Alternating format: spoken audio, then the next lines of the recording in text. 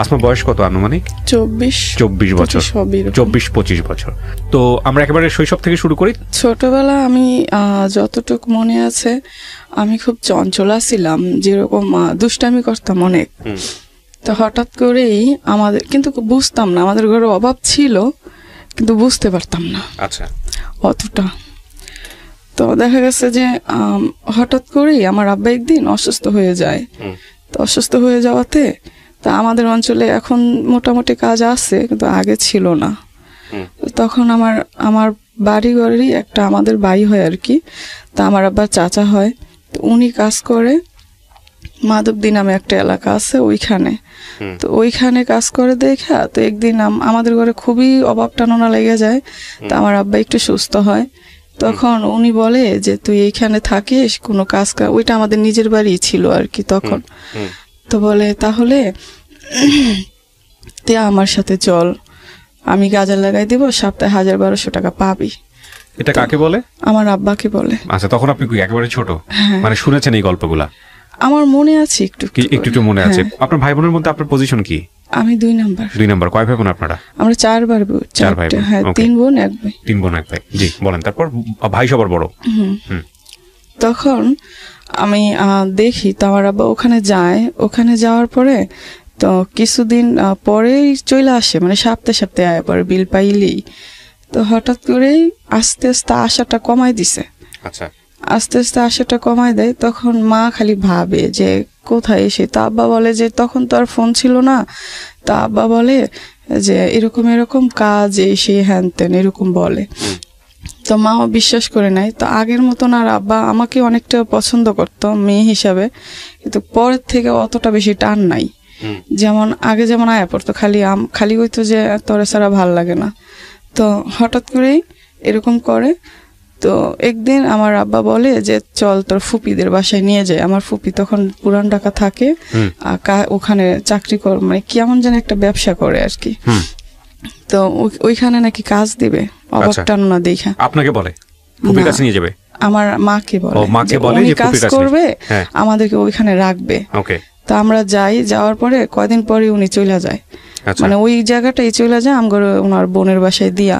আচ্ছা। তো আমার ফুপি 1 সপ্তাহ রাখে, তারপর আমার ফুপি আর রাখতে চায় না। তা আমরা আসবো বা কি ব্যাপার ট্যাপার বুঝে না আমার মা। তখন আমি ছোটই মোটামুটি। আমার আম্মা বলে যে তাইলে কি করবেন এখন, তাহলে একটা কাজ বিছরাই দেন। তখন একটা বাসায় কাজ বিছরাই দেয়। তো কাজ বিছরাই দেওয়ার পরে তো ওই বাসাটা আমার ভাই আর আমার মারে নেয়, যেহেতু আমি ছোট ছিলাম আমায় নেবে না। আচ্ছা। তো আমার ভাইয়ের নেয়। তো আমি কোথায় থাকবো? তো আমি ওই বাসাটা আমার মা সারাদিন কাজ করে পেটে পাতে, কোনো টাকা নাই আর কি। তো আমি যাইলে ওই মহিলা খালি আমার মার সাথে অনেক খারাপ ব্যবহার করে। তো এক পর্যায়ে আমার মা রাগে বলে, আমি বলি মা আমার খিদা লাগছে। তো বলে যে খিদা লাগলে এখন আমার কাছে আসিস কেন, তোর বাপের কাছে যাইতে পারিস না? আমি কি করবো, যা মানুষের কাছ থেকে খুঁজা খাগা। তো আমি ট্রাই করছি, কিন্তু আমি কেউ মানে একটা রুটিও দেয় নাই। তারপরে ওখান থেকে বাসায় আসি। আসার একটু পরে রাস্তায় একটা মহিলা দেখি, ওই বাসাটা মনে কয়তলা, 2 তলায় নাকি 3 তলা নাকি 4 তলা ছিল। আমার মায়ের জেনে আসছিল ওইটা 3 তলায় আসছিল। 2 তলায় এরকমেরই ওই লোকগুলো যে ব্যবসা করতো বাতের, ওই ব্যবসাটাই ওই বেটাও করে। তো ওই বাসা একটা মহিলা কাজ করে। ওই মহিলাটা আমার দেখে প্রায় সময় সিঁড়িতে বসে থাকি। তো বলে যে তুমি কোন বাসায়? আমি কাজ করি না, আমার মা কাজ করে, আমার রাখে না। তো কয় যে তাহলে তুমি কি কাজ করবা, তুমি শুধু ভাত দিয়ে আসবা। তা আমি বলি যে কোথায়? কই যে এইখানেই। তো আমি খুশি হয়েছি যেহেতু উপরে আমার মা। তো আমি বলি হ্যাঁ, আমি মার কাছে বলি। তখন মারে ডাইকে আনছি। মারে ডাইকে আনার পরে মা বলে ও তো ছোট মানুষ, ও তো কোনো কাজ পারবে না। তো ওই লোকগুলো কইতেছে ও শুধু ভাত দিয়ে আসবে, ও যেহেতু ছোট এটা তো দেখতেই আছি। তার কিছুদিন পরে ওই মহিলাটা চলে যায়। আচ্ছা। ওই মহিলাটা যাওয়াতে আমার মা, আমার ভাই, আমরা সবাই এই জায়গায় থাকি। তো তখন আমরা ওই জায়গায় থাকি পেটে পাতে। আর কয় মাস আসছিলাম ওইটা মনে নাই। আচ্ছা। কয় মাস আসছিলাম জানি। তারপরে আমগরে পাঠায় দেয় ওই জায়গায়। আমার আব্বা আসা যাতায়াত করে। তো যাতায়াত করাতে মনে হয় ওইখান থেকে, আমার মনে হয় আর কি, ওইখান থেকে হয়তো আমার বোনটা হয়। বাসায় আসি, বাড়িতে আসি ঈদের মেয়েদে। এমনি তখন আমার আব্বা আনতে যায় নাই, আমার মা আমাদেরকে নিয়ে চলে এসেছে। আচ্ছা। তো বাড়ি এসে শুনি মা কানাখুশি আমার মা শোনে যে আমার আব্বা ওখানে বিয়ে করছে। তারপরে আমার এই বোনটা হয়ে যায়। তো এই বোনটা হওয়ার পরে এই বোনটা হয়ে যায় মানে কি আপনার মায়ের পেটেই হয়? হ্যাঁ। আচ্ছা। তারপরে তার কিছুদিন পরে 1-1.5 বছরের মাথায় আবার আমার ওই বোনটা হয়ে যায়। ওই বোন বলতে একদম সবশেষে? হ্যাঁ। তখন একদম টোটালি শোনাশুনি হয়ে যায় যে আমার আব্বা অন্য জায়গায় বিয়ে করছে। আচ্ছা। তো শোনাশুনি হয়ে যাওয়ার পরে আমার আব্বা বাড়িতে নিয়ে আসে। বাড়িতে কি মানে আপনার দ্বিতীয় মাকে নিয়ে আসে, সৎ মাকে নিয়ে আসে? আমার আব্বা 2-3 মাস আমার এই মাকে নিয়ে আনে নাই, সৎ মারে। তো একটা মহিলা ছিল, উনি খুব ঝগড়াইটা ছিল, বয়স্কর। ওনার ঘরে কাউকে যাইতে দিত না। তো আমার মারে যখন আমার আব্বা খেদাই দেয়, তখন মনে করেন ওই মহিলা এত আকুতি মিনতি করছে আমার আব্বার কাছে যে 4টা ছেলে মেয়ে ছোট ছোট, তুই এরকম করিস না, ওর শুধু ভাত কাপড় দিয়া রাখিস, তোকে আমার আব্বা রাখবে না। মানে আপনার মাকে রাখবে না? আমার আব্বার আমার মারে তো খেদাই দিছে, আমার নানিকে বাড়ি গেছে।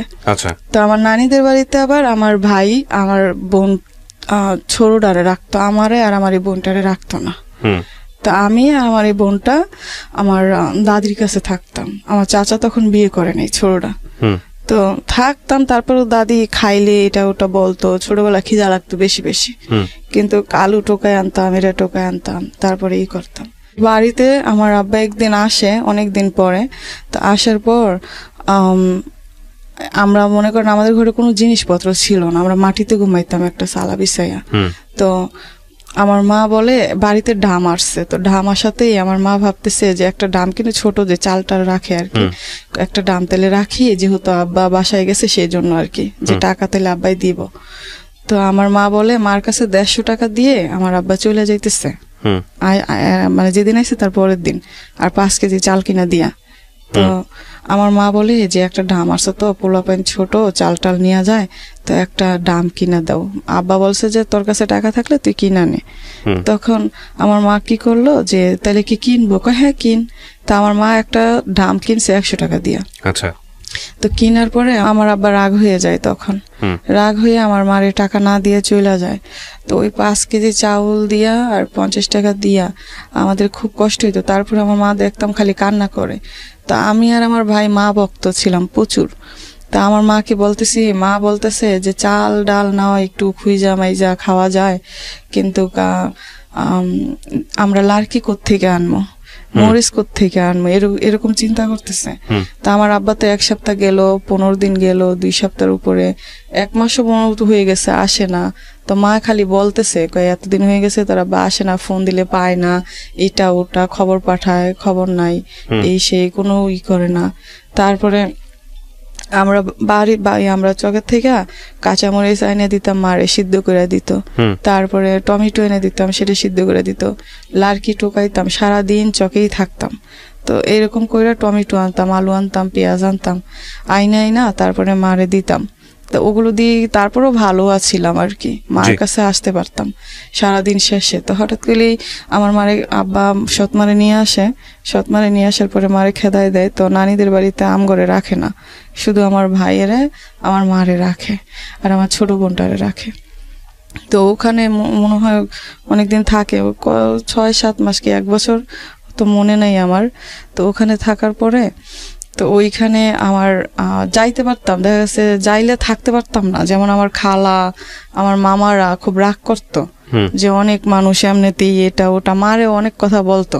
তো সেই জন্য আমার মা খুব কান্নাকাটি করতো যে এখানে আসিস না, এটা ওটা। তো একদিন আমার আব্বা হঠাৎ করে, আমার সৎমা 3 মাস হয়েছে আসে না। তো 3 মাস হয়েছে আসে না, সবাই খুশি হয়েছে বাড়িঘরের মানুষও, যে তাইলে মনে হয় এগো কপালটা একটু শান্তি হইব। তো মনে হয় ওটা ইচ্ছা করে মনে হয় আসে না। তো আমার আব্বা আমাদের কাছে বলে যে চল তোর মারে নিয়ে আসি গা। তা আমরাও খুব খুশি হই যে যাক অনেকদিন পরে মারে একটু পামু। তারপরে আমার নানার কাছে যায়, নানা বলে যে তাইলে তোমার ওই বউ কি করবা, ওটারে ডিভোর্স দিয়ে দেবো। তো নানা বলে যে তাইলে তুমি ডিভোর্স দিয়ে দিলে তো ডিভোর্স পেপার পাঠাও, তারপরে আমার মায়েরে দেই। কয় না আগে দেন, তারপরে ডিভোর্স পেপার পাঠাচ্ছি। তা আমার মাও ভাবলো যে হয়তো বা ঠিকই, আর এইখানেও তো কষ্টই আছি, ওইখানেও তো আমার মা পোলা প্যান্ডিরে নিয়ে একটু থাকতে পারবো, এই চিন্তা করে আমার মা অনেক বলার পরে আমার আব্বা, তা আমার মা আসে। আমার মা আসে, তো ওই দিন আমরাই নিয়ে আসি, আমার আব্বা নিয়ে আসে না। তো আমরাই নিয়ে আসি, খুব খুশি হই, সারাদিন খুব খুশি যে মারে পাইছি, এনে যে কই অনে যে কই আরে কই ওরে কই যে মা আইছে মা আইছে। তো কইতেছি, তো মানুষও তো দেখছে যে এতটা দিন খুব কষ্টে ছিলাম, মানুষও খুব খুশি হয়েছে। হঠাৎ করেই আমার আব্বা বাজার করছে ওই দিন হালকা পাতলা, আমাদের ওদিকে সপ্তাহে টাকা পাইতো তো আগে, তো বাজার করছে হঠাৎ করে বাজার করার পরে আমার আব্বা বাজার করছে, আমার মা রান্না করতেছে, আমি আমার ছোট বোনটারে কোলে লইয়া, সন্ধ্যা তখন অন্ধকার হয়ে গেছে, এই ঘর থেকে ওই ঘরে অন্য মানুষের ঘরে আর কি যাইতেছি, তখন চিপায় আমার সৎ মারে দেখছি উনি আসতেছে। ওইটা দেখা ভাই আমার মানে কলিজা এমন ভাবে চিপ দিছে যে এখন তো আমার আব্বাই তেলে আমার মার সাথে আর কথা বলবে না। তো ওইটাই হয়েছে, আমার সৎ মা আসার পরে আমার আব্বার কথা বলে না আমার মার সাথে। তো আমাদের নিজস্ব কোনো ঘর ছিল না, ওইটা আমার ছোট চাচার ঘর ছিল আর আমার মেজো কাকার ঘর ছিল। তো হঠাৎ করে আমার যখন ওই সৎ মা আসে, তখন আমার আব্বা ওনার সাথেই কথা বলে, ওনার সাথেই খাচ্ছে, ওনার সাথেই উঠতেছে বসতেছে। তা রাত হয়েছে, রাতে খাওয়া দাওয়া শেষে আমার মা তখনও বলতেছে যে আমি তোদেরকে নিয়ে থাকতে চাই, যাতে আমি খাইতে পারলেই চলে, তখন নিয়ে কয়টা তাইলেই হয়, একটু বড় হলে তোরা কাজ কাম করেই চলতে পারবি। তখন বয়স কত আপনার? জানি না, আনুমানিক। তো স্কুলে যান ওই সময়টাতে? না, স্কুলে যান না। আচ্ছা, বল। তারপরে দেখা গেছে রাতের বেলা আমার আম্মা বলে যে তুমি তাহলে এই ঘরে থাকো, আমি আমার মেজো চাচা, আবার আমার মেজো চাচার শ্বশুর বাড়ি থাকতো ওনার বউদেরকে নিয়ে। তো বাড়িতে ওনার ঘর ছিল, আর আমার ছোট চাচা তখন বিয়ে করে নাই, অন্য জায়গায় কাজ করে, বাড়িতে কম আসতো আর কি। তো ওই ঘরে আমরা থাকতাম। তো আমার আব্বার জায়গা আসছিল, বিক্রি করে দিছে। তারপরে আমার আব্বা বলে তুই এই ঘরেই থাকবি, তুই কোথাও যাইতে পারবি না, আমরা কি করি না করি তুই দেখবি। তা আমার মা বলে যে আপনারা যেটুকু সেটাই করেন, আমি আমার ছেলে মেয়ে নিয়ে ওই ঘরে থাকি, আমি কটা খাইতে পারলেই চলে। কিন্তু আমার আব্বা ওটা রাজি না, ওটা মানতে রাজি না। মানে সে ডিভোর্স দিয়ে দিবে, বাড়ি থেকে বের করে দিবে, কোনটা না কোনো কথাই বলে না, কিন্তু আমার আব্বা কি করে না করে সেটা আমার মা দেখবে। আচ্ছা, মানে নতুন বউ নিয়ে এসে? হ্যাঁ, নতুন বউ তখন আপনাদের বাড়িতে? হ্যাঁ। আচ্ছা, তারপর ওটা দেখবে, কিন্তু আমার মা বলতেছে যে আমাদের সাথে ঘুমাবে, কিন্তু আমার আব্বা বলতেছে যে না তুই এখানেই থাক। তো আমরা ঘুমাইছি আমার দাদির সাথে, আমার মেজো চাচার ঘরে। আর আমার আব্বা আমার মাও বলতেছে আমার দাদির সাথেই আমাদের সাথে আমার মা ঘুমাবে, কিন্তু আমার আব্বা বলতেছে না আমরা এখানে শুবো, তুই এখানে শুবি। তো আমার মা ওই দিন ছিল, ওই দিন তো আসছে মনে হয় 10টা-11টার দিক, ওই দিন ছিল। ওই দিন থাকার পরের দিন আমার আম্মা সৎমা উইঠা চলে যায়। তা আবার বাজারে আমঘরে পাঠাইছে যে তোর ভাত খাবি, এখন কি করতে খাবি, খালি ভাত, তোর আব্বা যখন বাজার করে তখন খাইস। তা আমরা বলছি আচ্ছা ঠিক আছে। তো সকালবেলা মারে দেখছি নামাজ পড়ছে, তারপরে আমঘরে কইতেছে যে মসজিদে যাইতে। তো হঠাৎ করে আমরা কই মা আজকে না কালকা যাবো। তো আচ্ছা ঠিক আছে। তো আমার ভাই আমার 2 বোন নিয়ে চলে গেছে খেলতে, আর আমায় বলছে তোর আব্বার কাছে যা, কি বাজার সদাই করবে একটু দেখ, কি বাজার টাজার করে কিনা। তা আমি আব্বার কাছে গেছি, আয়সা দেখি যে আমার মা মাথার কোনো গুরুন্ডি দিয়ে পড়ে গেছে। তো একটা মাইয়া ভাতের মান নিত আর কি, ওনাদের গরুরে খাওয়াইতে, উনি বিছান করে দিছে। তো মা শুইছে। তো আমি এসে দেখি আমার মা শুয়ে আছে। আমি বলি মা তোমার কি হয়েছে? আমার তো মানে একটু শরীরটা ভালো না, তো এখন তোদের তো মনে হয় খিদা লাগবে, কি যে করি রান্না। তা আমি বলতেছি যে কেমনে রান্না করে তুমি আমারে বলো, আমি রান্না করি। কয় যে তুই পারতি না, তুই হাতটা পুড়ে ফেলাবি। তা আমি বলি না আমি হাত পুড়বো না, তুমি দেখাই দাও, তুমি বইলা দাও তাইলেই হবে। তো দেখাইতে যাওয়ার পরে তো আমগো বাড়ি ঘরের একটা ফুপি, তো ও যার মাধ্যমে আমার আব্বাই কাছে গেছে আর কি, হ্যাঁ ভাগ্নি। তো হ্যাঁ আমি বলতেছি আমাদের ফুপি হয় ওই লোকটা। তো আমি বলি যে আপনি না আমাদের চুলাটা একটু এদিকে দিবেন, আমি রান্না করবো। তো হ্যাঁ আলগায় এদিকে দেয়, মানে মাটির চুলা আর কি আলগা। তো দেয়, তা আমি মা আমার বইলে দিতেছে যে এমনে এমনে এমনে এমনে। তো হঠাৎ করে ভাত বলকাইসা পড়ছে। তো আমার মা বলতেছে টয়লেটে যাবে, তো এমনিতেই আমার দাদি আইছে, দাদি কই জানি গেছে আর কি, তো দাদি আইছে, এর ভিতরে কিন্তু আমার ভাই যে আমার বন্ধুকে নিয়ে খেলতে গেছে আর বাড়ি আসে নাই। তো তো আমি আমার মা বলতেছে টয়লেটে যাবে, তো আমাদের টয়লেটটা আসিল আমাদের এই ঘরটা, আর ওই পাশে আমার আবার চাচার ঘর আসিল ওই ঘরের পিছন দিয়ে। তো আমার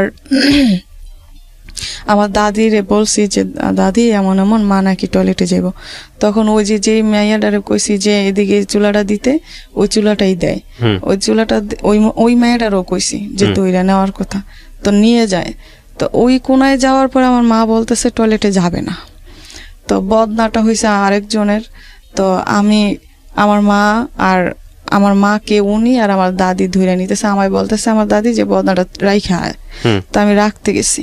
তো আমার মা যে আমাদের ঘরের ইটা ছিল আর একটু উঁচা, তো আমার মা ভালো করে ধরতে পারে নাই, পইরা গেছে, পইরা গিয়ে এই 2 হাত ভাতে পইরা গেছে, গরম ভাতে। তো আমি পানি দিতে গেছি, আমার দাদি না করছে পানি দিস না, তো মার হাত একদম হয়ে গেছে, সুইলা গেছে।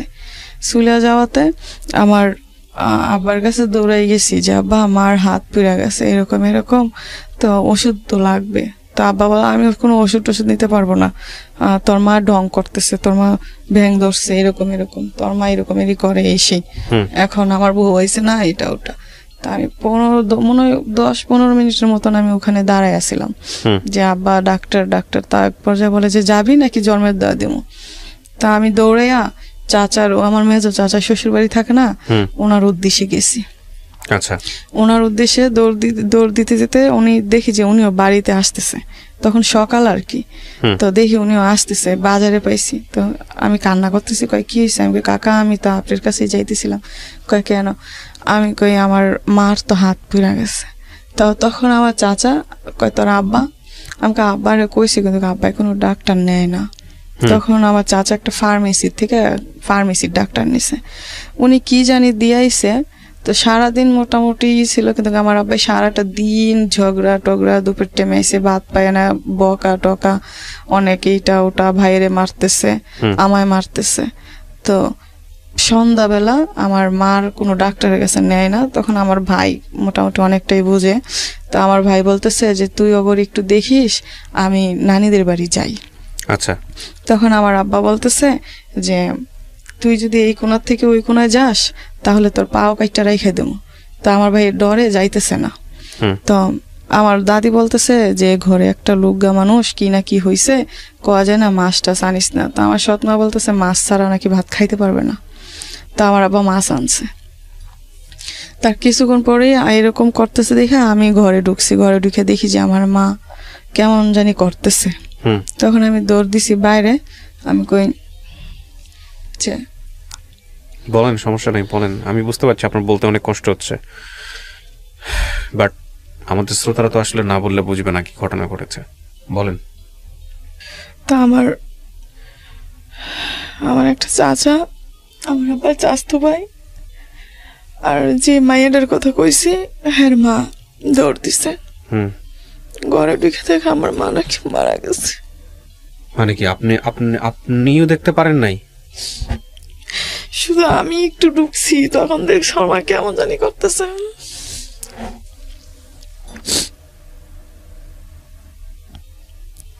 এই পোড়া থেকেই শুরু হয়ে গেল এরকম? কোথায় পড়েছিল? একদিনই, ওই দিনই সব হয়েছে। কোথায় পড়েছিল? হাতে পড়েছিল? মানে হয়তো অন্য কোনো একটা ঘটনা ঘটেছে, হার্ট অ্যাটাক করেছে বা ইয়ে হয়েছে। আগে কোনো রোগ ছিল না? আপনার চোখের সামনে মারা গেছে? মাথা গরুনি দিয়া পড়ে গেছিল প্রথম সকালে। আচ্ছা, তারপরে মাথা গরুনি পড়ার পর কইতেছে শুয়ে শুয়ে কইতেছে যে আমার ভাল লাগতেছে না, তো তোরা তো খাবি, কি খাবি? তো সেই জন্য আমি বলছি যে তুমি বলো আমি রান্না করি। কইতেছে তুই রান্না করতে পারবি না? হ্যাঁ তুমি দেখাই দিবা, মানে শুয়ে শুয়েই দেখাই দিতেছে। তো এটা ঘর, এটা দরজা, এখানেই আমি লার্কি চুলা দিয়ে বসাইছি। ওই মায়ের কইছি চুলাটা ঘরের বরাবর দিছে। তো যখন উনি টয়লেটে যাবে কইছে, তো টয়লেটে আর যায় না। সেটা আমি জানি, ঘটনা আমি শুনেছি। তো মৃত্যুর সময়টাতে মানে আপনি ছিলেন না, পাশে থাকতে পারেন নাই, সারাদিনই আসছিলাম, মানে কিন্তু ওই যাওয়া সময়টাতে আপনি আসা। না, কার কাছ থেকে শুনলেন? ওই সময়টায় তো আমরা ছিলাম, কিন্তু কথা হয়েছে কি, আমার আব্বা তো বাড়ি এসে না, বাড়ি এসে অনেক অনেক ধরনের মৃত্যুর সময়টাতে কে ছিল ওনার পাশে? একদম মৃত্যু যখন খালি ঘর ছিল, আমরা বাইরে ছিলাম, আমরা বাইরে ডাকও দিতে পারেনি কাউকে? না, শোয়া ছিল। উনি খালি কইতো আমার কলিজা কলিজা ব্যথা করে, কলিজা ব্যথা করে। ও, নিঃসন্দেহে হয়তো হার্ট অ্যাটাক হয়েছে বা কিছু একটা হয়েছে। তো তারপরে কি হলো? আপনারা যখন জানলেন যে মারা গেছে, এরপরে কি হয়েছে পুরো ঘটনাটা একটু বলেন তো। তারপরে যখন শুনছি মারা গেছে, তখন তো আমি অতটা কান্না করি নাই, তখন বুঝতে পারতাম না। আমার ভাই কান্না করছে। তো সারাদিন আমার কাছে মনে হয়েছে কি যে আমার মা হয়তো একটু পরে উঠে পড়বে, মারা যায় নাই। আমরা ঘুমাইছি আমার মামার বাসায়, এটা ওনাদের বাসা পাশাপাশি আছিল, তো ওই জায়গায় ঘুমাইছি দাদির সাথে। তা আমি খালি কইতেছি আমার এত কান্না করতেছেন কেন, আমার মা তো একটু পরেই উঠবে। তো সকালবেলা হয়েছে, উঠে নাই, তখন মনে হলো সত্যিই মারা গেছে। তখন বয়স কত তখন আপনার? বয়স হিসাব জানেন না? 7-8 বছর বা 9 বছর এমন হইতে পারে। মানে আরো বোন দুইটা ছোট ছোট, ওরা তো বুঝেই না কিছু। বাপ আসলো না ঘরের মধ্যে? পরে আইছে। তারপর ভাইটা কই ছিল? হ্যাঁ, ভাইটা এখানে ওইখানেই ছিল। ভাই কিছু বলতো না বাপকে? না, ভাই আমার থেকে 3.5 বছরের বড়। ওকে, 10-12 বছর বয়স। তারপর কিছু বলতে পারে না, কারণ আব্বা কি ছিল মারতো আর কি, তাই। তারপরে মাটি দিয়ে দিছে, মাটি দেওয়ার পরে আমরা বাসায় ছিলাম ওই দিন। তার পরের দিন আমার নানিদের বাড়ি নেওয়া যায়, তারপরে ওখান থেকে আবার আমাদেরকে এখানে দেওয়া যায়, আমার নানিরা রাখে না। তো থাকি এই সৎ মায়ের ঘরে। হ্যাঁ, থাকি। থাকার পরে আমার বোন যদি বলে যে পায়খানা করবে, প্রসাব করবে, আমার সৎ মাটা আসলে বলা যাবে না। আমার বোনকে শুধু শুধু চিমটাইতো।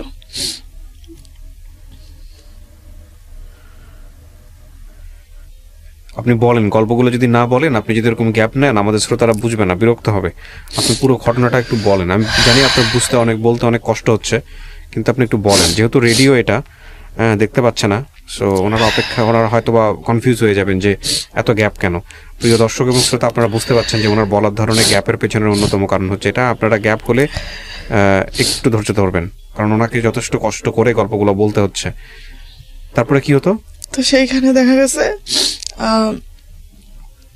আমার বোনকে পায়খানা রাস্তায় চিমটাইতো। তো আমার বোন যাইতে চাইতো না, গোসল করাইলে সাবান দিত মুখে, তাই যাইতে চাইতো না, খালি কান্না করতো। তো আমি তখন জানি না আল্লাহ কোত্থেকে বুঝ দিছে, তো আমি তার আগ পর্যন্ত কিন্তু আমার বোনদেরকে আমি কোলে নিতে চাইতাম না। তো তখন থেকে আমি নিজে ওদেরকে কোলে রাখা শুরু করলাম, এই দুইজনকে। হ্যাঁ। ওকে। তো খাবার দাবার দিত ঠিক মতো? আব্বার সাথে বসতে খাইতাম। আব্বা যখন আসতো আব্বা তখন খাইতাম, তার আগে খাইতে পারতাম না, খিদে লাগলো না। তারপরে একদিন আমার ভাইকে মারে আমার আব্বা। মারার পর আমার ভাই যায়, বের চলে যায় নানিদের বাড়ি। আচ্ছা। আমার ভাইকে জায়গা দেয়, কিন্তু আমাদেরকে জায়গা দেয় না। আপনাদেরকে দেয় না? বোনদেরকে দেয় না কেন? বিয়ে শাদী দেওয়া লাগবে, টাকা কোত্থেকে আনবে, খাওয়ান লাগবে, তারপর বিয়ে দিতে হবে, এই জন্য কাজ কাম করতে পারবো না, এটা ওটা। আমার ভাই তখন গিয়ে ওখানে কাজে লেগে গেছে। আমার ভাইকে ভালো করে রাখে, এরা আমাদেরকে রাখে না। তা আমরা আমার আব্বার কাছে থাকতে কিন্তু এদিক দিয়ে মারা, ঝগড়া, মারতেছে, একটু দেরি হলে একটু দোকানে পাঠাইছে, একটা কিছু আনলে মারতেছে। তারপরে শুধু এটা করতেছে। ওই দুইটারে মারতো না আমার আব্বা, আমায় মারতো। দোকানে পাঠাইছে, যদি 2 মিনিট লেট হইতো তাহলে মারতো। আর ওই সময়টা কেন জানি খেলার নেশা ছিল প্রচন্ড। যদি দেখতাম কেউ খেলতেছে, ওইখানে দাঁড়ায় থাকতাম। আচ্ছা। তা বাড়ি আসলে মার খাইতাম। তারপর একদিন এক পর্যায়ে দেখা গেছে আমাদের আমার চাচারও যাওয়া জায়গাটা বিক্রি করে দেয়। হুম তো বিক্রি করে দেওয়ার পরে আমার চাচারা তখন আমার চাচা তখন বিদেশে যাওয়ার জন্য বিক্রি করে দেয়। হুম তো আমার চাচা বিদেশে চলে যায়। তো আমরা ওই আমাদের বাড়ির পাশেই একটা জায়গা, ওখানে ভাড়া দেওয়া লাগে নাই, ওইখানে আমার আব্বা কাজ করতো আর ওইখানে থাকতো। হুম তো ওইখানে থাকি, তো মানুষের ঘরে 2টা বোনকে নিয়ে বসে থাকি সময়। তো কিছুদিন পরে শুনি যে রান্না করতে হবে, এটা ওটা, তো রান্না বান্না করি। রান্না বান্না করার পরে যার বাসায় মানে আমার আব্বা থাকে, ওনার এই 12টা নাকি 14টা কল আসছিল হাতে কাপড় তৈরি করতে আর কি, ওইগুলো। তো ওগুলো আবার হানাবোয়া নেওয়া লাগে, ওগুলো হানাবোয়া কয়। তা আমার আব্বা বলে যে আমাদেরকে খাওয়াইতে পারবে না, পড়াইতে পারবে না, এটা না ওটা না। তা আমি বলি যে আমি এদেরকে এখন নিয়ে কোথায় যাবো, যাওয়ার তো কোনো সিস্টেম নাই। তা আমি কি করে বলি যে আব্বা আমার না স্কুলে যেতে মন চায়, তা আমি কি করবো এখন, আমার বান্ধবীরা স্কুলে যায়, আমার না তুমি একটু স্কুলে ভর্তি করে দাও, আমি রান্না করব, আবার আমি ওদেরকে খাওয়ায় দাওয়ায় গায়ে গোসল করায় রাখবো, দিয়া যাবো, তুমি শুধু একটুখানি রাখবা। মানে আব্বা ওইখানেই কাজ করতো আর কি। আর আমি আইসা আবার করবো। তো ওই যে হানাবোয়া কয় ওগুলো আবার আমি নিতাম, কিন্তু ওগুলো অত টাকা আসতো না, 30 টাকা 40 টাকা দিত একটা নিলে। তো দিন দেখা যাচ্ছে 2-3টা নেওয়া যেত, তার বেশি নেওয়া যেত না। তো ওই টাকায় নাকি আমার আব্বার হয় না। তো একদিন দেখা গেছে আমার আব্বা এমন অবস্থা করছে, 1 মাসও হয় না স্কুলে গেছি, কয় এই সবাই ডাইকে আনছে, কয় এই কি এর স্কুলে যায়, এখন স্কুলে যায় নাকি, নাম লিখতে পারে না, কিছু না, এটা ওইটা। তারপরে স্কুলে যাওয়া বন্ধ করে দিছি। তো এই দিক দিয়ে আমার বোন 2টা একটু বড় হইতেছে। আর আমার আব্বা এই তারপরে বাড়ির পাশেই কাজ করতাম একটা বাসায়, ওইখানে কাজ করে ওইখানে আবার 1000 টাকা করে মাসে দিত। তো ওই টাকাটা আমার আব্বাই নিয়ে আইতো, নিয়ে আসতো। তারপরও আমার আব্বাই 2 দিন পরে পরে ঝগড়া করতো, বাড়ি এসে একদিনও করতে পারতাম না, একবেলা খাইতে পারতাম না, বসতে পারতাম না। তা আমার বন্ধুকে মনে করেন রাত্রেবেলা সারাদিন এটা কই না, আর বন্ধুটা খালি কান্না করে, আপু তুই যাইস না, আপু তুই যাইস না। তো আমি না গেলেও হয় না, আর গেলেও এই জায়গায় বইয়া থাকলেও হয় না। তো এক পর্যায়ে আমার আব্বা চলে যায়। ওকে প্রিয় শ্রোতা, আচ্ছা আমি রাখা শুরু করি। তো আমি আস্তে আস্তে রাখি, আস্তে আস্তে ওরা বড় হইতেছে, আমি মানুষের বাসায় কাজ করতেছি, এই কাজ করতেছি, ওই কাজ করতেছি, ওদেরকে তারপরে নিজে না খাইয়া খাওয়াইতেছি। এইভাবে কাপড়ের একটা জিনিস চাইলে অনেক চেষ্টা করতাম দেওয়ার লেগা, হয়তোবা এখন চাইলে এখন দিতে পারতাম না, হয়তোবা অনেকদিন পরে দিতে পারতাম, তারপর চেষ্টা করতাম। আবার বেশি দামি হলে দিতেও পারতাম না। তো এমনিতে দেখা গেছে আমার ভাই বিয়ে করে ফেলে, আমার ভাইও খোঁজ খবর নেয় না। তারপরে আমার আস্তে আস্তে যখন ওদেরকে একটু পড়াশোনা করাই, তো দেখা গেছে স্কুলে ভর্তি করে দেই। স্কুলে ভর্তি করে দেওয়ার পরে আমার বন্ধুটা পরে আমি কাজ করি, খায়, এরকমেরই থাকি, ভাড়া থাকি, যেন থাকলে মনে করেন মানুষের বাসায় থাকি। তো মানুষের বাসা দেখা গেছে ওরকম বাসায় ওদেরকে নিয়ে রাখতে পারি না। তো যতই বড় হইতেছে ততই টেনশন বাড়তেছে যে এখন তো বড় হয়ে যেতেছে, এখন কি হবে। তো সেই মুহূর্তে আমার এই সাইডে কেন জানি ব্যথা করে, ডান সাইডে খালি চিকচিক করে, মানে ডান পাশে, হ্যাঁ এই এদিকে, ওকে হ্যাঁ, তো পাঁজরের ডান পাশের দিকে, হ্যাঁ তো ব্যথা করে। তা আমার এমনি টানাটুনি, মানে দেখা গেছে আমি আজকে টাকা নিছি, আজকেই সব শেষ, আবার সামনের সপ্তাহে কি করবো এটার চিন্তাই শেষ। দেখা গেছে 1 টাকা চাইলে 1 টাকা দিতে পারি না। স্কুলে ওদেরকে পড়াইছি অনেক কষ্ট কইরা, এই জনের থেকে কইয়া, ওই জনের থেকে কইয়া, এমনে। তারপরেও ইচ্ছা আছে যে অনেক পড়ানোর, কিন্তু জানি আর মনে হয় না আর হবে।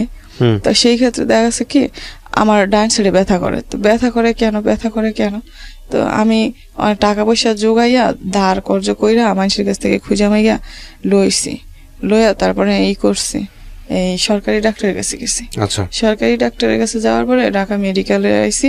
তো অত বুঝি না তখন ঢাকা মেডিকেলের এত তো উনি দেখে পরীক্ষা দিছে। তো আমার একটা পরীক্ষা দিছে, ওই পরীক্ষা করার পরেই আমার ধরা পড়ছে যে একটুখানি বেশি ধরা পড়ে। কি জিনিস এটা?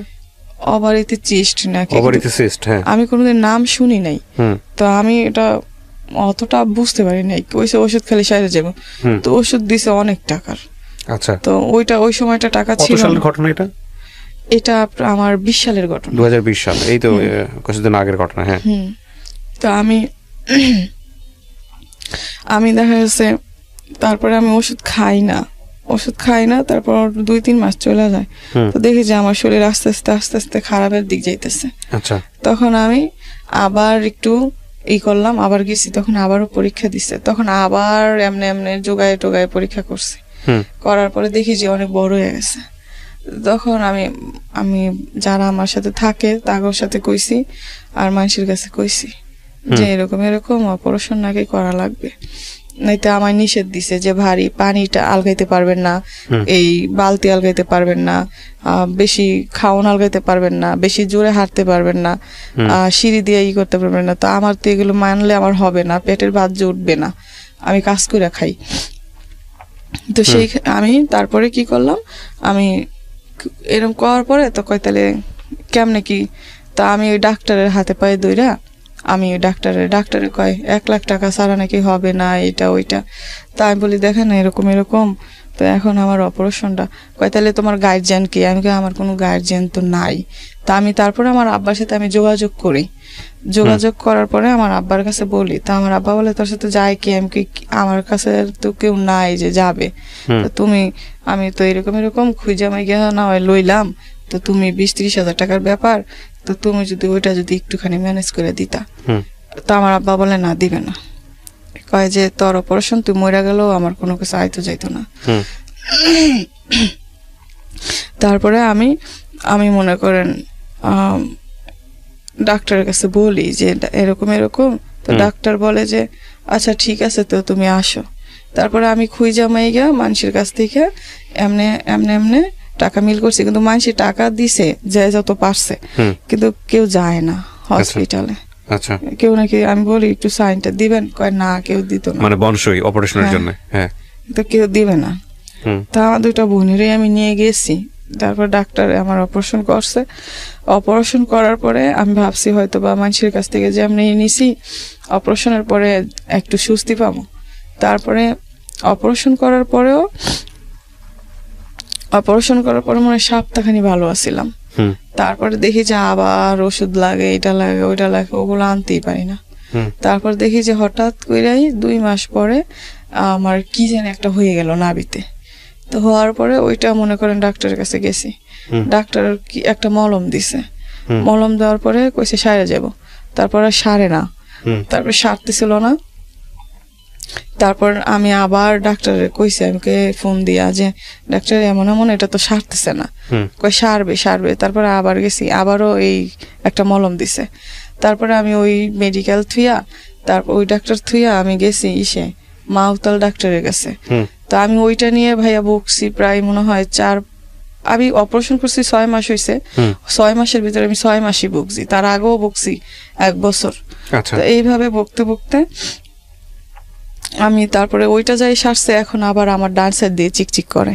তো আমার ঘরে আমি যে মনে করেন আমি আমার বোনদেরকে যে খাওয়ান দেব, নাকি আমার বোনদেরকে কি আমি কাপড় দেব, নাকি আমার বোনদেরকে আমি করবো, নাকি আমি ওষুধ খাবো, আমি এটা বুঝতেই পারতেছিলাম না। তা আমি তারপরে আমার আব্বার সাথে যোগাযোগ করার চেষ্টা করছি যে অন্তত আমার 2টা বোনকে নিয়ে রাখলেও যাতে একটু ভালো থাকতে পারে, কিন্তু আমার আব্বা রাখবে না। আচ্ছা, তো আমার ভাই রাখতে চাইলে আমার ভাবি রাখবে না। তো সেই জন্য দেখা গেছে আমার 2টা বোন আমাকে ছাড়া তারপর থাকতেও চায় না।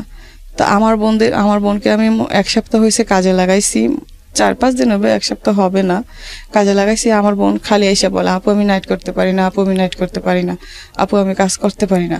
তো আমার যদি শরীরটা একটু ভালো থাকতো তাইলে দেখা গেছে আমি হয়তো এই যে আমি আবার কিছুদিন আগে একটা পরীক্ষা করছি, ওখানেও আমার সমস্যাটা দেখা দিছে, সমস্যার সমাধান হয় নাই, কি জানি একটা ওটার ওষুধ দিছে সরকারি ডাক্তার দেখাইছি, ওষুধ দিছে 1500 টাকার। তো এগুলো আমি খাওয়ার কোনো ক্ষমতা নাই, আমার 2টা বোনেরা দেখা গেছে দেখার কেউ নাই। আমার শুধু একটাই টেনশন যে ওরা বড় হয়ে গেছে, আমি মরলেও হয়তো বা শান্তি পাইতাম যদি আমার 2টা বোনের আমি একটা ব্যবস্থা করে যেতে পারতাম, কিন্তু আমার ওই ক্ষমতা নাই যে আমি আমার বোন, কে বিয়ে করবে? কেউ করবে না, যে মা নাই, বাপ নাই, তারপরে ভাই নাই, আর আমার দেখে তো আর কেউ নিবে না, বাড়ি নাই, ঘর নাই, কেউ নিবে না। তো দেখা গেছে আমার 2টা বোন দেখা গেছে আমরা 3 বোন সারাক্ষণ খালি কান্না করি যে এটা কি হইলো। দেখা গেছে ফুপিরা দেখে না, নানিরা দেখে না, আমার আব্বাই দেখে না, আমার ভাই দেখে না। তো আমি আসলে তারপরও কষ্ট করে আমি কাজ করে অগরে খাওয়ানোর কোনো সমস্যাই আমার নাই। আল্লাহ যদি আমার শরীরটা ভালো রাখে খাওয়াইতে পারবো মনে হয় অনেকটা। তারপরও আমি নিজের অনেকটা মনে করি যে আমি সারা দিন কষ্ট করে আমি বাসায় এসে আমার দুটো বোনেরে আমি বকে নিয়ে ঘুম পারি। ওদেরকেও অন্তত আমি হয়তো বা মায়ের অভাব থেকে হয়তো বা মা তো আর ফিরাই দিতে পারবো না, মার আদরটাও তো আর আমি আর দিতে পারবো না, কিন্তু মায়ের অভাবটা অনেকটাই কম পায় আমারে দেখা। এতটুক ওরা খালি কয় যে আপু তুই যদি না থাকতি তাহলে আমগো জানি কি হইতো, তুই যদি না থাকতি তাহলে আমগো জানি কি হইতো। ওকে এখন 12-13 বছরের হয়ে গেছে, বড় হয়ে গেছে, এখনো ওদের পিছনে কেউ নাই দেখার মতন।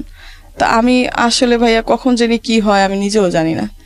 তো আমি ভাইয়া অনেক কথা আছে আসলে। বলেন, আপনি বলেন, সমস্যা নাই। আমাদেরও অনেক প্রশ্ন আছে, আমি জানি এই প্রশ্নগুলো আমি করব। আপনার এই সবচেয়ে ছোট বোনটা, সেই ছোট বোনটাকে আপনি কাজে দিয়েছেন আমরা যখন অনুষ্ঠানটা শুরু করছিলাম, কাজে দিয়েছেন তো মাত্র কয়েকদিন যাবো। হ্যাঁ, বেশি দিন না। আর মাঝখানে যে আছে তাকে আপনি সাথে করে নিয়ে আসছেন আমাদের অফিসে। আপনার বিয়ে শাদী হয় নাই? না। হওয়ার কোনো চেষ্টা হয়েছিল কখনো? হওয়ার চেষ্টা হয়নি, কারণ কে করবে, আর আমিও চাই নেই। আমার একজন কইছিল যে হ্যাঁ আমগো পাড়ারই আমার বাড়িঘরের ভাই হয়, তো আবার বলছিল যে তুই এত কষ্ট করিস, তুই আমার সাথে বিয়ে বসবি, যদি বসিস তাহলে তোরে আমি পছন্দ করি, তুই যদি বিয়ে করিস তাহলে ভালো থাকবি, তোর বোনদেরকে তুই দেখতে দেখতে তোর বয়স বেড়ে যাবে, এটা ওটা। তো আমি বলছি যে শোন, আমি যদি এখন আমি না থাকলে আমার বন্ধুটার কি হবে, আর আমার একটু সুখের জন্য আমার বন্ধুটারে ফালাই যাবো না, আমি চাইতাম না, আমার বিয়ের দরকার নেই, না হলে না হবে, কোনোদিন তো বিয়ে হবে না, কোনোদিন হয় না দেখা যে আমি আমার বন্ধুটা ফালাই দিয়ে যাবো। একজন মা কি কোনোদিন একটা সন্তানের কি খাওয়াবে না, সেই আশায় পালে, সেই আশায় তো পালে না। তা আমি কি আমার বোনদেরকে কি সেই আশায় পালমো? এটা কোনো কথা হয়েছে? আমি বিয়ে বসার আমার কোনো দরকার নেই। আমি হয়তোবা কোনো একদিন আমি যদি যাই তাহলে আমার দুটো বোন দেখা গেছে রাস্তায় রাস্তায় থাকা লাগবে, মেয়ে মানুষ, রাস্তাঘাট ভালো না, কেমন হয়। আপনার বাবা যাকে বিয়ে করেছেন ওখানে বাচ্চা কাচ্চা আছে ওনার? না, কোনো বাচ্চা কাচ্চা নাই। তারপরও আপনাদের দিকে দেখে না? ওনার নাকি কি সমস্যা এখন বলে, কিন্তু আমার আব্বাই বেশি। অদ্ভুত এক জীবন গল্প। ওনার কাছে নাকি টাকা নাই, ওনার বাড়ি নেই, উনি কি করবে? আমি দোয়া করি আল্লাহ ওনার অভাব দূর করে দিক, এটা নিয়ে কিছু বলার নাই, বাট আমি মন থেকে দোয়া করি আপনার জন্য। কেন গল্পটা বললেন আজকে রেডিওর লাখ লাখ শ্রোতাদের সামনে?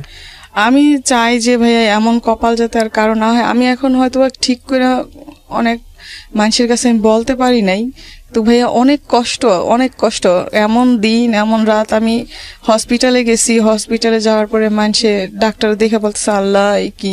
তো আমি বলছি যে কি করব, দেখেন আমার আব্বা তো নাই, আমার অপারেশন না করে দিলে আমার দুটো বোন নিয়ে তো আমি একেবারেই চলতে পারতাম না। তখন উনি কইরা দিছে।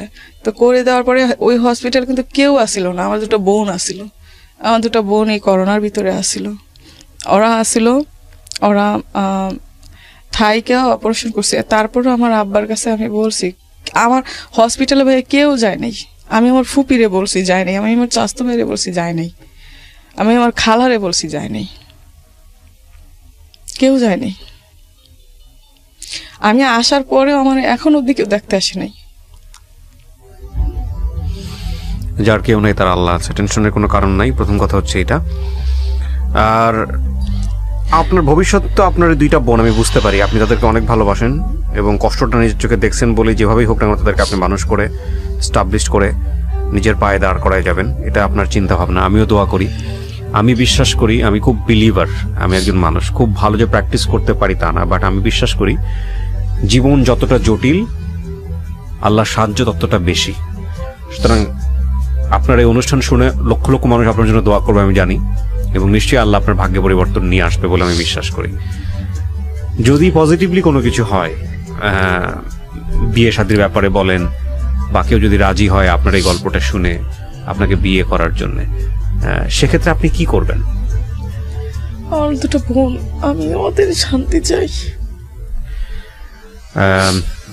প্রিয় দর্শক এবং শ্রোতা, এটা একটা অসাধারণ গল্প, এবং এই গল্পের বাকি পার্টটুকু বাকি থাকলো এই কারণে যে এই ভদ্রমহিলা সারা জীবন জুড়েই হয়তো কষ্ট করে যাবেন ওর দুটো বোনের জন্য।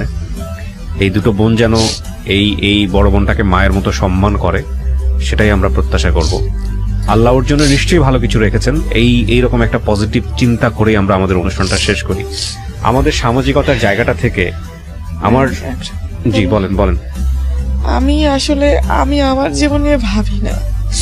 আমি আমার মার একটু দেখছি তো, একটু ডাকছি। আমার বন্ধুটা আমার জিজ্ঞাসা করে যে আপু মা কেমন ছিল, একটা ছবিও নাই আমার মায়ের। আমি দেখাইতে পারি না, আমি বলতেও পারি না যে এরকম ছিল ওরকম ছিল। আমার ছোট বোনটা আমার মায়ের থেকে বেশি দিনের বুকের দুধও খাইতে পারে নাই। আমার কাছে যখন বলে আমার খুব খারাপ লাগে। যে আমি মনে করি যে আমি কষ্ট করলে, আমি তো মা দেখছি, মা ডাকছি, মার আদর পাইছি, আমার দুটো বোন পাই নাই। আমি ফালাই দিলে আমার বোন কই যাবে, কই থাকবে, এই চিন্তা করে আমি সারা জীবন কাটাই দিতে পারবো, কিন্তু আমার দুটো বোনের অশান্তি আমার আর ভালো লাগে না। আপনার এই বোনদের প্রতি আপনার যে ভালোবাসাটা সেটা থাকুক, আমি অন্তর থেকে দোয়া করি। আমি আপনার নামটা যেন কি বলতেছিলেন? আসমা। আমার সত্যি সত্যি আমি যদি মানে অন্তর থেকে চাইতাম যে আপনার এই গল্পটা পুরোটা ভিডিও আকারে ফেসবুক ইউটিউবে আসুক, কিন্তু আমাদের সামাজিকতা যে জায়গাটায় দাঁড়িয়ে আছে সেই জায়গাটা থেকে আমি সাহসটা পেলাম না একটা কারণে। আমি চাইলেই আপনার আপনার সাথে যোগাযোগ করার জন্য আমি একটা ব্যবস্থা করে দিতে পারি আজকের অনুষ্ঠানের মাধ্যমে, কিন্তু আমি সেটা করব না। কেন করব না জানেন? কারণটা হচ্ছে এখানে যতটা ভালো মানুষ আছে ততটাই খারাপ মানুষ আছে। আপনারা 3টা মেয়ে, আপনাদের সাথে এই অনুষ্ঠানের মাধ্যমে কোনো মানে কেউ একজন যোগাযোগ করে আপনাদের ভালোর জায়গায় ক্ষতি করে ফেললো, সেটা আমার সারাটা জীবন কষ্টের বিষয় হবে। যেহেতু আপনার অভিভাবক বলতে আসলে কেউই নাই, একমাত্র আল্লাহ ছাড়া আপনার আসলে আপনার মাথার উপর হাত রাখার মতো কেউ নাই। সুতরাং আপনার মতন যতক্ষণ কথা বলেছি আমি 1 ঘন্টা 1.5 ঘন্টায়, এই 1 ঘন্টা 1.5 ঘন্টায় আমি কথা বলে শুধু এতটুকুই বুঝতে পেরেছি আপনি অত্যন্ত নরম স্বভাবের একটা মানুষ, একেবারে দিন এনে দিন খাওয়া একটা মানুষ। অদ্ভুত রকমের একটা গল্প এই গল্পটা। এবং ওর যদি কোনো ধরনের আপনাদের মধ্যে থেকে কেউ যোগাযোগ করে ওর যদি কোনো ক্ষতি করে বা ওর বন্ধুর যদি কোনো ক্ষতি করে, সেটা নিঃসন্দেহে সারাটা জীবন জুড়েই আমি কষ্ট পাবো। আমি সেই জায়গাটা থেকে আমি আপনার সঙ্গে পাবলিকলি যোগাযোগ করার সমস্ত রাস্তা এখানে গোপন রাখতেছি। আমি এটা চাই না। তবে আপনার গল্পটা আমি কেন প্রচার করলাম সেই জায়গাটা যদি আপনি আমাকে প্রশ্নটা করেন, তাহলে আমি গল্পটা প্রচার করেছি শুধু একটা কারণে, সেটা হলো এই গল্পটা শুনে অনেক মানুষ যারা কষ্টে আছে, যারা দুঃখে আছে, তারা তাদের নিজের কষ্টটা ভুলে যাবে, যে তাদের থেকেও অনেক বেশি কষ্টে থাকে মানুষ। আর আরেকটা বিষয় সেটা হলো যে বোন কতটা রহমত হতে পারে, বোন কতটা করতে পারে তার নিজের 2 বোনের জন্য। আপনার বড় ভাইয়ের কি সামর্থ্য নাই আপনাদের পাশে দাঁড়ানোর? না, আমার ভাইও ভাড়া থাকে, কিন্তু আমার ভাবি ভালো না। কিন্তু না থাকুক, কিন্তু অভিভাবক হিসেবে তো পাশে থাকতে পারে। একটা প্রবলেম হলে তো পাশে থাকতে পারে, কিছু না কিছু হলে তো পাশে থাকতে পারে। আমি ভাইয়া মরলে মাটির তলে যাবো, আমার ভাইয়ের কোনো টান নেই আমাদের প্রতি। প্রিয় দর্শক এবং শ্রোতা, শেষ করছি আজকের এই জীবন গল্পটা। আপনারা সবাই অনেক অনেক ভালো থাকুন। আমার আসলে এই গল্পটা প্রচার হলো, বাপ বেঁচে আছেন, ভাই বেঁচে আছেন, তাদের কারোর প্রতি কোনো অভিযোগ নাই। তাদেরও হয়তো নিজের জায়গা থেকে বলার আছে, কিন্তু যত কিছুই বলার থাকুক না কেন, 3টা বোন, একজনের বয়স 24 আর বাকি 2জনের বয়স কত? 13-12 বছর করে বয়স। এই 3টা বোনকে যখন এরকম ফ্যামিলি থাকার পরেও ফ্যামিলি লেস হতে হয় আমাদের সমাজে, এরকম অনেক আছেন, তখন তাদের জীবনের কি অবর্ণনীয় গল্প হতে পারে সেটা আপনারা নিশ্চয়ই জানেন। আপনি যে কাজ করেন সেটা সুতা কাটার কাজ, আমাকে বলতেছিলেন অনুষ্ঠান শুরু করার আগে, না? হ্যাঁ, এটা আসলে কি, এটা আমি না ভিডিও আনছি ভাইয়া, কিন্তু এটা না, আমি দেখাতে চাই না আপনার এই ভিডিওগুলো। আপনি শুধু আমাকে একটু মুখে বলেন যে গার্মেন্টস এর কোনো কাজ, সুতা কাটার কোনো কাজ কি? ছোটখাটো। হ্যাঁ, কাপড় তৈরি করার কাজ। কত টাকা পান আপনি কাজ করে? 1000 টাকা প্রতি সপ্তাহে, মানে মাসে 4000 টাকা। এই টাকা দিয়ে আপনাদের 3 জনের চলে না? টানাটানি এখন কিছু তো করার নেই। আর এখন তো আমি কাজে ভালো করে যাইতেও পারি না। আমি লিফটটা আনছি ভাইয়া, ওইটাতে আমার আবারও ধরা পড়ছে সমস্যা। এটা ইনফেকশনে কি জানি ধরা পড়ছে। এখন আমি আরো বেশি টেনশনে আছি। এতদিন দেখা গেছে 20-30 হাজার টাকা আমি মানুষের কাছ থেকে খুঁজা মাইয়া ধার হিসেবে অনেক একটি করে করছি, এখন আর আমারই নাই। আমি দোয়া করি এই অনুষ্ঠানটা শোনার পরে যদি কেউ আপনার এলাকা থেকে হোক বা যদি কেউ আপনার পাশে দাঁড়ায়, সেটা নিঃসন্দেহে অনেক বড় ব্যাপার হবে। কিন্তু প্রিয় শ্রোতা এবং দর্শক, আমি আমার জায়গাটা থেকে ওদেরকে পাবলিকলি যে কন্ট্যাক্ট করার যে নাম্বারগুলো দেয়া বা ওনাদের ভিডিও ধারণ করা, সেটা আমি করলাম না একটাই কারণে। প্রিয় দর্শক এবং শ্রোতা, আমরা শেষ করছি আজকের এই জীবন গল্পটা।